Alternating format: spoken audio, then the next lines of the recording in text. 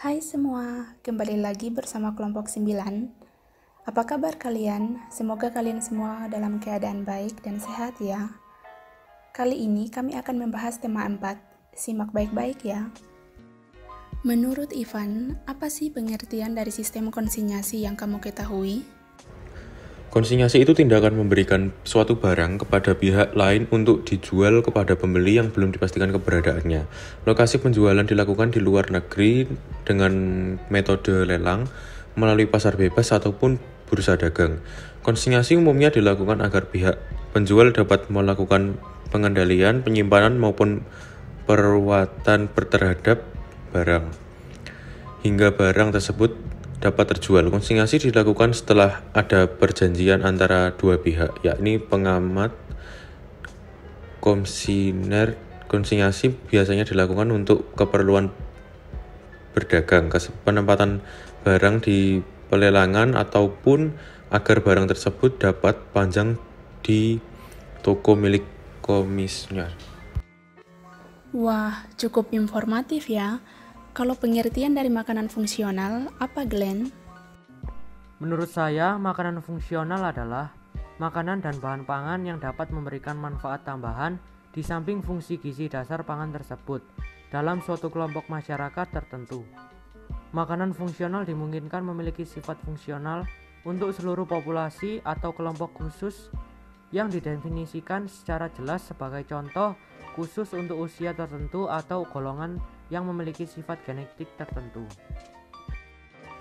Kalau cara menjual produk makanannya gimana?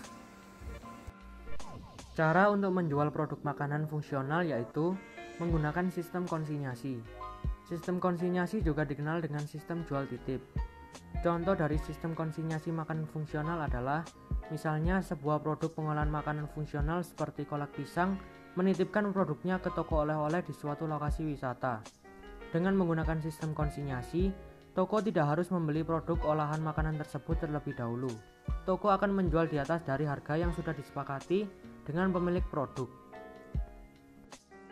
Oke. Keunggulan apa aja sih yang ada di sistem konsinyasi bagi pemilik produk dan juga pemilik toko? Pertama-tama itu tidak merepotkan dengan urusan penjualan atau promosi. Kedua, lebih bebas menentukan toko yang bisa diajak kerjasama. Kemudian yang ketiga, tidak memerlukan tenaga pemasaran yang selalu siaga mengurusi produknya. Keempat, bisa lebih fokus untuk meningkatkan produksi dan kualitas produk. Dan yang terakhir, sistem konsinyasi selain produk menguntungkan pemilik produk juga memberikan keuntungan bagi pemilik toko. Salah satunya adalah produk yang tidak laku bisa dikembalikan ke pemilik produk tanpa harus mengalami kerugian pembelian produk. Menurutmu, apa pengertian komunitas? Sebuah kelompok sosial dari beberapa organisme yang berbagai lingkungan, umumnya memiliki ketertarikan dan habitat yang sama. Lalu, klasifikasi adanya komunitas itu apa aja?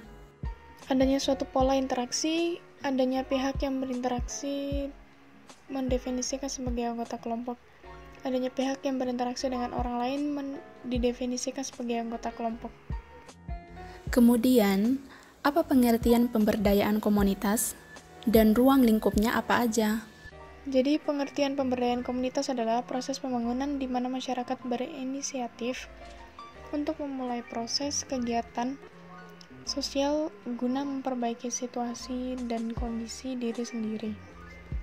Dan ruang lingkupnya terdiri dalam bidang ekonomi, politik, dan sosial budaya. Menurut Audrey, apa peran serta tanggung jawab umat Katolik terhadap pembangunan bangsa dan negara Indonesia seperti yang dikehendaki Tuhan? Saat ini perjuangan dititik beratkan pada pendidikan, karena pendidikan sudah menjadi kebutuhan prioritas suatu bangsa. Gereja mencoba mengisi bagian yang penting ini. Gereja mampu memberi keterampilan yang berguna bagi warga sekitar. Selain di bidang pendidikan, para uskup mengamanatkan pada para pemuda untuk terjun di dunia politik bersama dengan warga negara lainnya. Menurut para uskup, berpolitik merupakan usaha yang luhur untuk mengusahakan keselamatan dan kesejahteraan masyarakat umum, demi kemajuan hidup bangsa sesuai dengan harkat kemanusiaannya, dan demi persahabatan dan perdamaian antar bangsa. Apa hambatan-hambatan dalam usaha membangun masyarakat yang dikehendaki Tuhan? Ada banyak hambatan-hambatan yang terjadi, contohnya seperti krisis etika politik, krisis ekonomi, dan merebaknya aliran fundamentalisme radikal. Menurutmu, apa pengaruh organisasi militer regional dan global terhadap Indonesia? Menurutku, Indonesia mendapat pengaruh di bidang ekonomi saat tergabung dengan OPEC. Contohnya, Indonesia mendapat kepastian impor minyak dari negara produsen besar seperti Arab Saudi. Indonesia banyak belajar tentang pengelolaan industri minyak secara modern, dan Indonesia dapat menguatkan posisi Indonesia dalam proses negosiasi dengan negara-negara lain. Apa yang dilakukan Indonesia saat terjadi organisasi militer regional dan global? Yang dilakukan adalah Indonesia menjadi negara politik bebas aktif. Sikap netral Indonesia dalam menghadapi kemunculan organisasi militer telah sesuai dengan arah politik luar negeri bebas aktif Indonesia. Kalau menurutmu, bagaimana dari segi bahasa Inggris sendiri? Apanya yang ingin dibahas? Kalau dari bahasa Inggris sendiri itu ingin membahas tentang caption text. Caption text sendiri itu adalah sebuah teks pendek yang digunakan untuk melengkapi suatu gambar yang biasanya muncul di bawah gambar, foto, grafik, poster, bahkan tabel pun sekalipun. Teks ini tuh juga bisa berguna untuk menggambarkan gambar di dalamnya, menjelaskan sebuah peristiwa atau kejadian.